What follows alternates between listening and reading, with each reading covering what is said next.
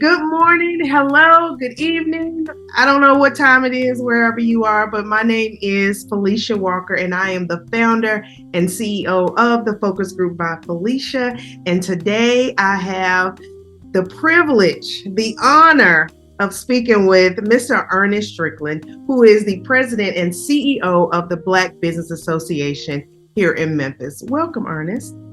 Thank you. Thank you for having me, Felicia.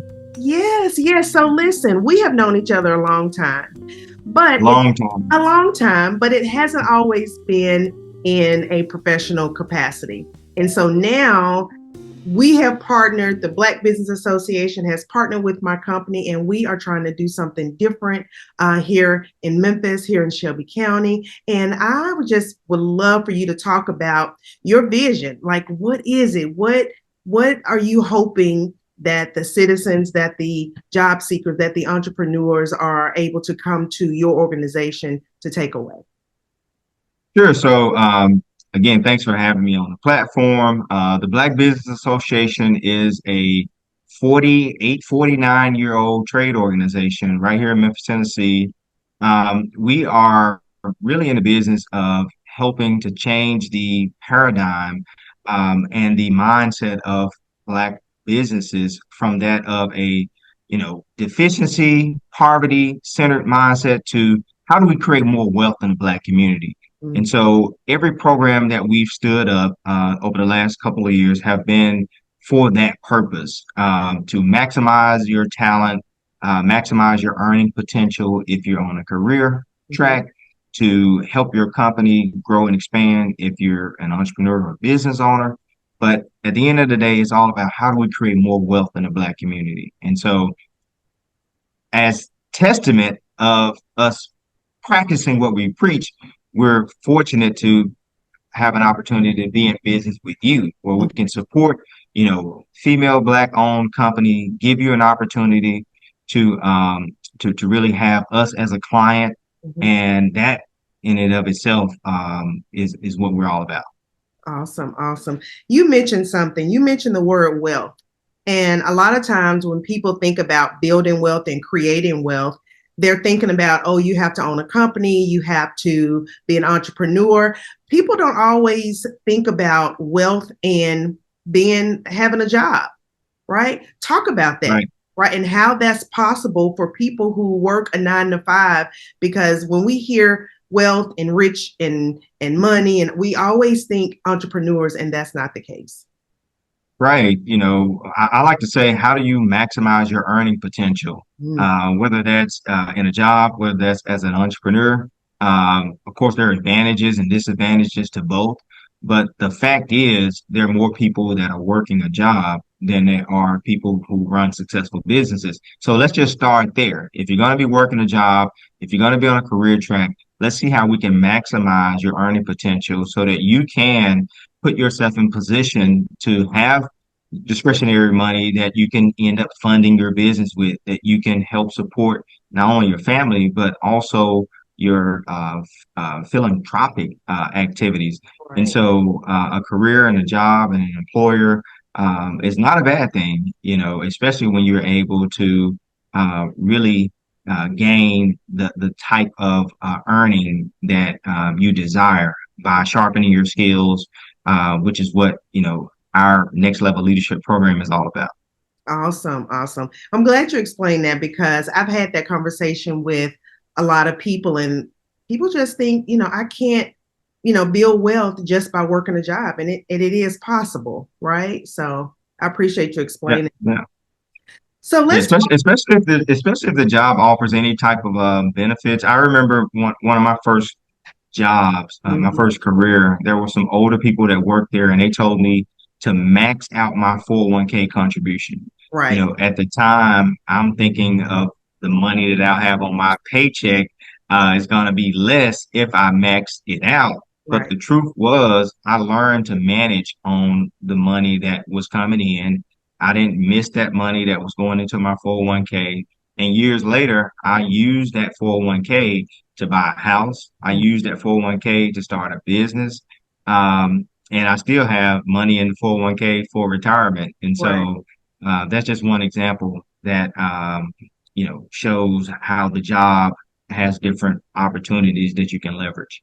Right. That's one of those things. I wish I knew then what I know now when I first Right, entered when I first right, entered the workforce, But right. that's great that you had a veteran employee to share that information with you. And I think that's where we are right now.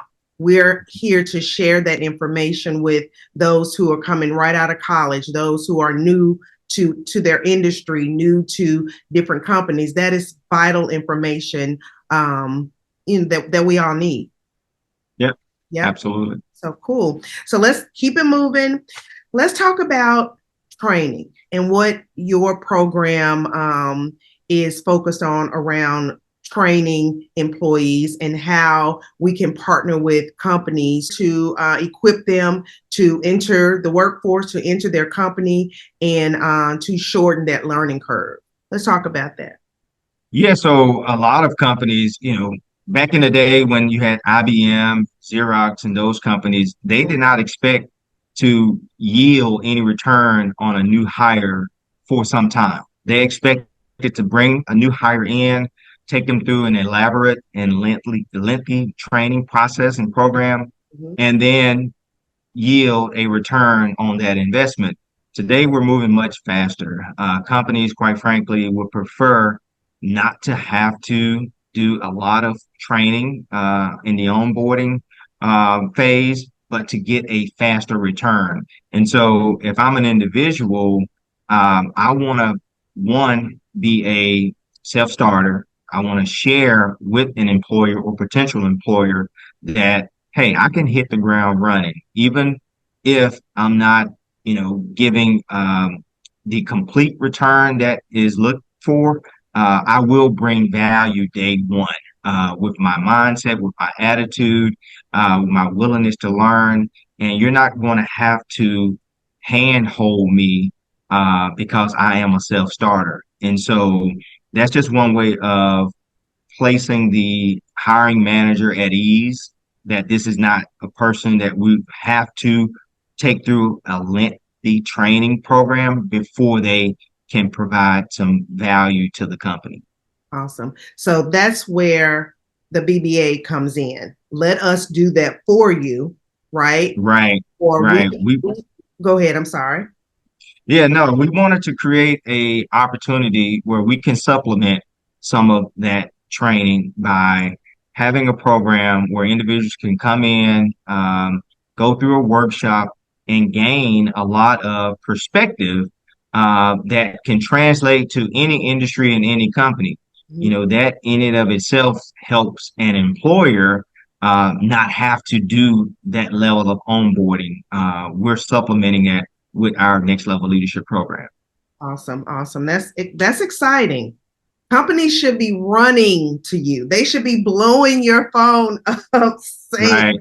how can we be a part of this? Right? How can we get our new hire classes involved with the BBA? Right? So Yeah. Yeah. it's And exciting. especially from we're in Memphis where it's with 70% African American, and African Americans have a unique experience inside of corporate America.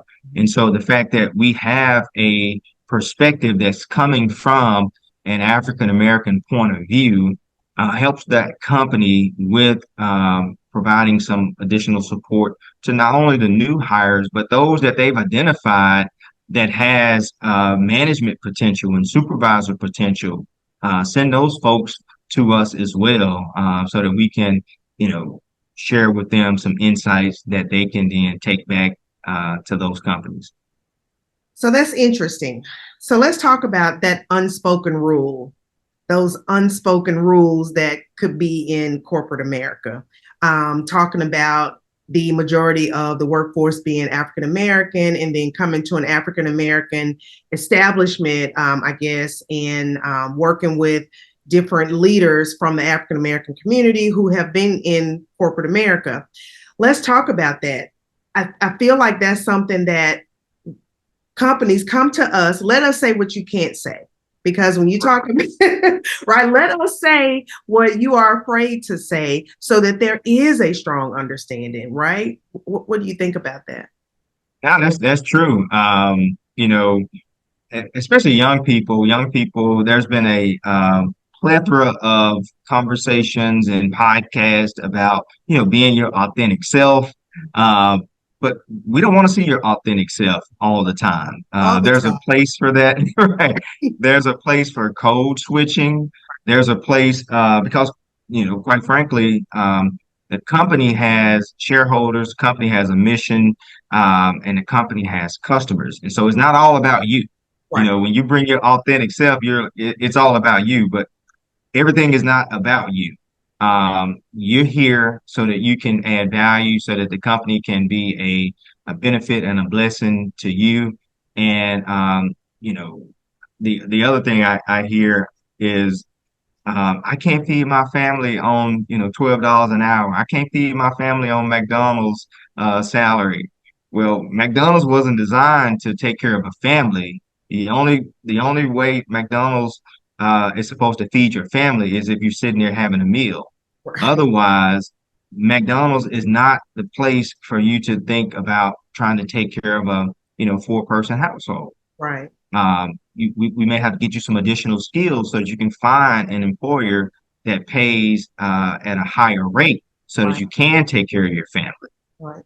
Well, let's put a P in there because I started out at 14. McDonald's was my first job. I was worked in the airport. And there are opportunities still within McDonald's. McDonald's is one Hmm. of the largest fast food chains in the world, Right, right? So right. there's an opportunity to move into management, to move into directorship, to move Now into, you're talking. you Now know you're what I talking. mean? Yeah, yeah. Now So you're talking. Take care of your family. now we're talking take care of your family. But of course, there has to be a mindset shift. If all you understand about a certain a restaurant is the front lines and making the burgers, then that's all you're going to know. And no, you can't feed your family on that. Yeah. However, if you're able to take advantage of the educational component, of the training, management training Hmm. component, then you're moving into management. Now you're moving Right, into not just management of one store, but management of several stores, right? So now right. you're talking taking care of your family, right? Now you're maximizing your earning potential. Exactly. Exactly. Awesome. Awesome. All right. Moving on. So, what about this whole chat GPT AI? What is it going to do to the workforce, and how is the BBA planning to equip people and job seekers to be able to handle this coming down the pipe? Yeah, it's to me, it's a tool. I've read a lot of articles, listened to a lot of podcasts about how AI, artificial intelligence, will displace a lot of people in the workforce, and that's true. However, it can also, for those who are wise and understand the tool, learn the tool, spend some time with it, you can take your skill set to the AI potential. And so now, as an employee, you're not being replaced or displaced by artificial intelligence. You've allowed it to be a part of your skill set where you have the human and the artificial intelligence combined to produce that much more productivity for the company. And so I think it's going to be a divide that happens, between those that seek out training. It's so new that it's a level playing field right now, and it's going to be determined by who takes advantage of it, who learns it, and those that ignore it or are afraid to embrace it. And so I'm excited about it. Quite frankly, I've learned. Hey, I'm 50 years old and still, I'm a lifelong learner. So I've taken classes on, how to create prompts. There's a whole new world around creating a prompt, which is how to communicate with the artificial intelligence. You don't ask it a question necessarily. You don't you you don't ask it a question and you're not Googling, but you're creating a prompt. And it's a way for it to understand the persona that you're asking it to take on. before it provides you with the information that you're asking for. And so look that up. Prompt engineering. That's going to be one of the next, um, big degree programs that we start to see emerging. I just learned something. Thank you. So I will be I will be looking that up. But you said something key, and it was seeking out. Employers, entrepreneurs, you have to seek out training. A lot of people will sit and wait and feel like those things need to come to them. But in order to maximize your earnings, maximize your potential at your job, maximize the revenue for your business, in order to maximize any of that for your career, you have to you have to take the initiative, right? You can't just sit back and wait. Going back to being a self-starter. Right. Imagine being at a company and you are learning how to bring greater efficiencies to a company by leveraging artificial intelligence. And you're the one that understands how to communicate and how to integrate it. You just increase your earning potential and your value proposition with that employer. Right. Right. Awesome. Awesome. Well, speaking of seeking out, let's talk LinkedIn. A lot of people are afraid of LinkedIn. They'll go on and they'll say, oh, I have 200, I have 300 connections, but they're not doing anything with LinkedIn. So let's talk about the importance of LinkedIn and how that is such an important aspect of next level leadership. Yeah, and the fact that we cover LinkedIn in the training, I think is amazing because typically you're having to learn this social platform on your own. No one attended a Facebook training, right? You just start using the technology. And the same with LinkedIn. But with Next Level Leadership, we do go into how to leverage LinkedIn, one, as your billboard to showcase your skills, showcase your expertise and experiences, and to put a face with a name, right? But also, you're able to use LinkedIn as your primary research tool in the event that you're considering company A versus company B. Right. You can go to LinkedIn and look at their profiles, look at various articles that may be written about that company. You can search the hiring managers of those companies so that you'll know who those people are, what their interests are. If I'm looking for a job and I go on LinkedIn and find the company that I'm interviewing with, I want to know something about that hiring manager before I go into that interview. What Right. school did she go to? Right. She may share some awards that she has received over the years. So now in an interview, I'm able to reference that information. Oh, by the way, congratulations on getting your project management certification. Right. That allows me to differentiate and separate myself from other candidates just by making, those points and showing that individual that I've done some homework and that I'm serious. I'm going to stop you right there because you're giving away all the secrets that we have at the beginning. So just slow down. Okay? but listen, no, seriously, we are going to end here. I really wanted you to have an opportunity to talk about the Black Business Association and what we're doing for the city, because it is major.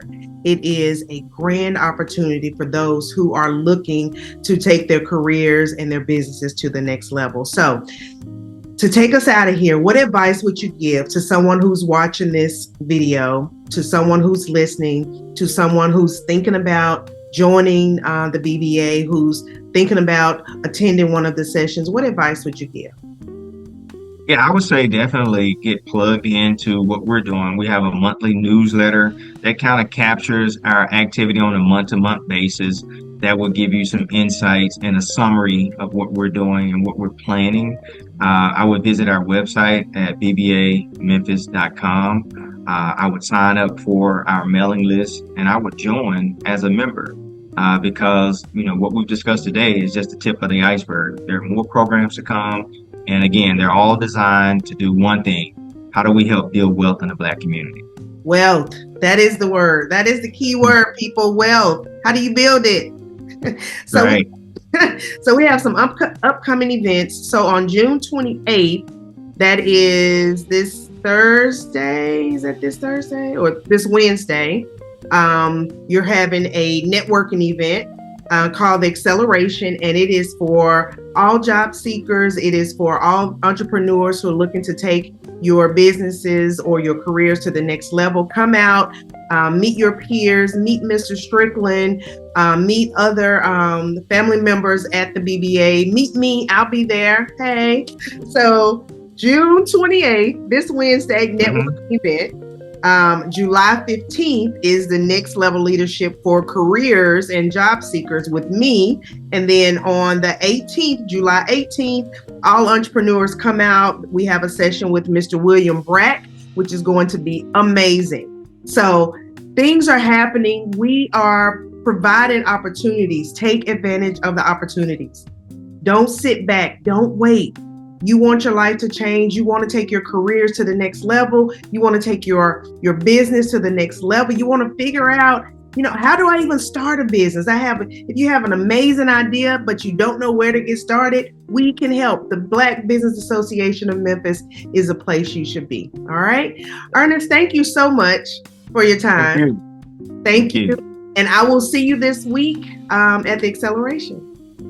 See you then. All right. Listen, take care. There's a link below. Join the Black Business Association of Memphis today. Get connected through the newsletter so you will never miss out on what's happening within the organization and within the city. Thank you so much. Have a good one. Bye, Ernest. Bye.